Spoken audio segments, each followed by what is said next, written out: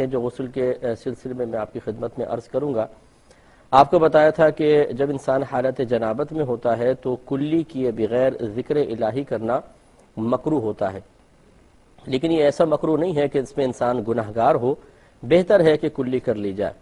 چنانچہ جب آپ باتھ روم میں داخل ہوں تو پہلے کلی کر لیں باہر ہی، اور بسم اللہ الرحمن الرحیم پڑھ کر پہلے باتھ روم میں داخل ہوتے ہوئے الٹا قدم رکھیے۔ داخل ہو جانے کے بعد آپ کو بتایا کہ اس کے بعد کوئی کلام نہیں کرنا ہے۔ بعض لوگ یہ سمجھتے ہیں کہ غسل کا تعلق کلمہ پاک پڑھنے سے ہے، پہلا کلمہ پڑھیں گے تو پاک ہوں گے ورنہ نہیں۔ یہ بالکل جہالت بھرا خیال ہے۔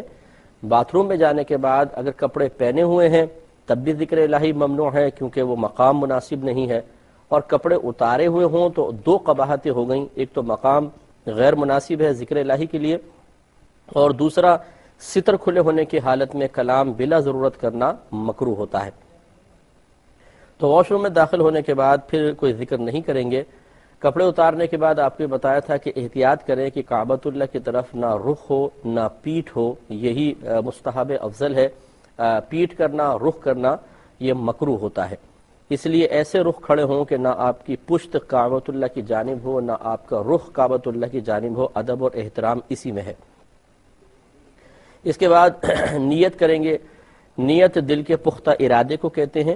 آپ زبان سے کچھ بھی نہیں کہیں گے، بس دل میں ارادہ کر لیں کہ میں اللہ تبارک و تعالیٰ کی رضا کی خاطر غسل کر رہا ہوں، یا نماز کے قابل ہونے کے لیے غسل کر رہا ہوں، یا جنابت کو اللہ تعالیٰ کے حکم پر عمل پیرا ہوتے ہوئے جنابت کو دور کرنے کے لیے غسل کر رہا ہوں۔ بس دل میں آپ یہ نیت کریں گے تو یہ نیت ہو جائے گی۔ اس کا فائدہ ہی ہوگا کہ اب آپ کا نہانا عبادت میں باقاعدہ شمار ہوگا اور آپ کو ثواب ملے گا۔ اور اگر کوئی بغیر طہارت حاصل کرنے کی نیت کے غسل کر لے گا، طہارت تو پھر بھی حاصل ہو جائے گی، کیونکہ پانی اللہ تعالیٰ نے بنایا ہی ایسا ہے کہ ہم نیت کریں نہ کریں وہ ہماری نجاست کو بہا کر لے جائے گا، چاہے حقیقیہ نجاست ہو چاہے حکمیہ نجاست ہو۔ تو لہٰذا اگر کوئی بغیر نیت کے غسل کرے گا، غسل پھر بھی ہو جائے گا، جنابت پھر بھی دور ہو جائے گی، لیکن اسے ثواب نہیں ملے گا۔ تو حصول ثواب کے لیے نیت کرنا ضروری ہے۔ اس کے بعد اپنے دونوں ہاتھ پونچھوں تک دھوئیں گے۔ اس کے بعد اگر جسم پر کوئی نجاست وغیرہ لگی ہو اس کو دور کریں اور استنجا کی جگہوں کو دھوئیں۔ اس کے بعد نماز کی طرح کا مکمل وضو کر لیں، اور اس وضو کرنے کے اندر غسل کے پہلے دو فرائض بھی پورے ہو جائیں گے، ایک کلی کرنا اور دوسرا ناک میں پانی چڑھانا۔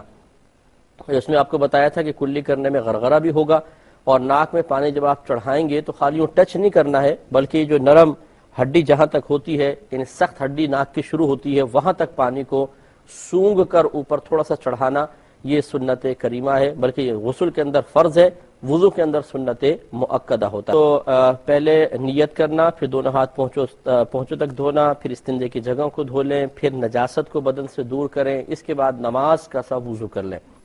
اس کے بعد پورے بدن پر ایک بار تیل کی طرح پانی کو مل لیں، پھر سیدھی جانب 3 بار پانی بہائیں، پھر الٹی جانب 3 بار پانی بہائیں۔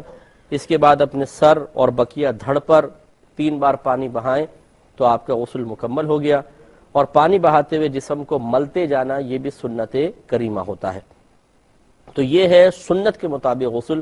اگر کوئی اس کا لحاظ نہ کرے، مثال کے طور پہ شاور کھولا اور بس ڈال رہے ہیں پانی، پورا بدن اچھی طرح پانی بہا لیا، غسل اب بھی ہو جائے گا، لیکن اس ترتیب سے اگر غسل کریں گے تو انشاءاللہ سنت کا ثواب بھی ملے گا کہ ہر نبی کریم صلی اللہ علیہ وسلم کی ہر ادا اپنے اندر اللہ تبارک و تعالیٰ کی رضا کو پوشیدہ رکھے ہوئے ہے۔ اللہ تبارک و تعالیٰ نے اپنے حبیب کریم صلی اللہ علیہ وسلم کو جو کچھ طریقہ الہام فرمایا، طریقہ سکھایا، وہ سب سے بہترین طریقہ ہے۔